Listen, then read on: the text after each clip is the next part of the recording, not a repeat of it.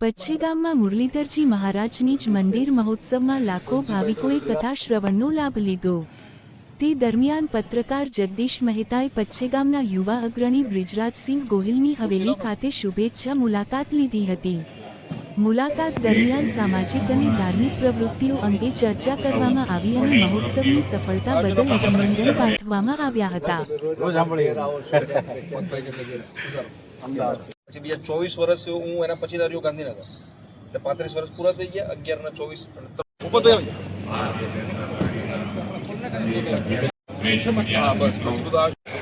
સોમનાથ સ્વાભિમાન પર્વ દ્વારા 1000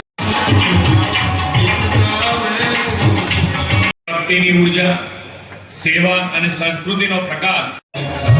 કૃષ્ણ ગોવિંદ ગોવિંદ કૃષ્ણ।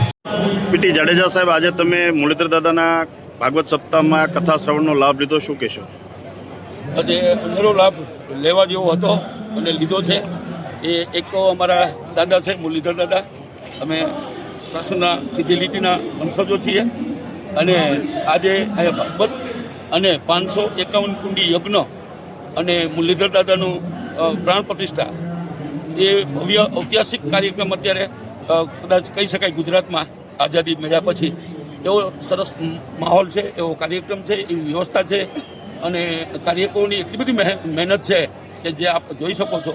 અને આજે આ પ્રસાદનું જે આયોજન છે એ લાલબાપુ ગધેધર તરફથી છે અને લાખો માણસો આજે પ્રસાદ લેશે એ પણ આપ જોઈ શકશો। અને અહીંયા આવવાનો અમને મોકો મળ્યો એમ માનીએ દાદાના સાનિધ્યમાં, એ ખરેખર મુરલીધર દાદાની કૃપા કહેવાય કે અમને આવા કાર્યક્રમમાં ભાગ લેવામાં મળ્યો। યજ્ઞશાળાનો લાભ લીધો પીટી જાડેજા સાહેબ, કેવો અનુભૂતિ કેવી થઈ તમને? 551 કુંડીનો જે યજ્ઞ છે એ કદાચ મેં તો બસ એક ગધેથળમાં સાંભળ્યું હતું, બાપુએ કર્યો હતો અને અહીંયા થઈ રહ્યો છે, પણ 100 કે 151 કુંડીના યજ્ઞ ઘણા બધા થયા હશે। એ પણ એક ઐતિહાસિક છે અને મુરલીધર દાદાનું મંદિર પણ એક ઐતિહાસિક છે અને ભાગવત સાથે કુવાણાબંધ 54 ગામ અને સૌરાષ્ટ્રમાં 7 જિલ્લામાં તમામને આમંત્રણ આપવામાં આવ્યું છે અને 85 લાખ તો પત્રિકા બાપુએ છપાવી છે, એટલે દરેક જગ્યાએ સંદેશો અને પત્રિકા ઘરે ઘરે મળી છે એવું આમંત્રણ આપ્યું છે અને લાલબાપુની પણ અત્યારે હાજરી છે, એનો દર્શનનો લાભ મળશે અને મુરલીધર દાદાનો પણ દર્શનનો લાભ મળશે અને યજ્ઞનો પણ લાભ મળશે।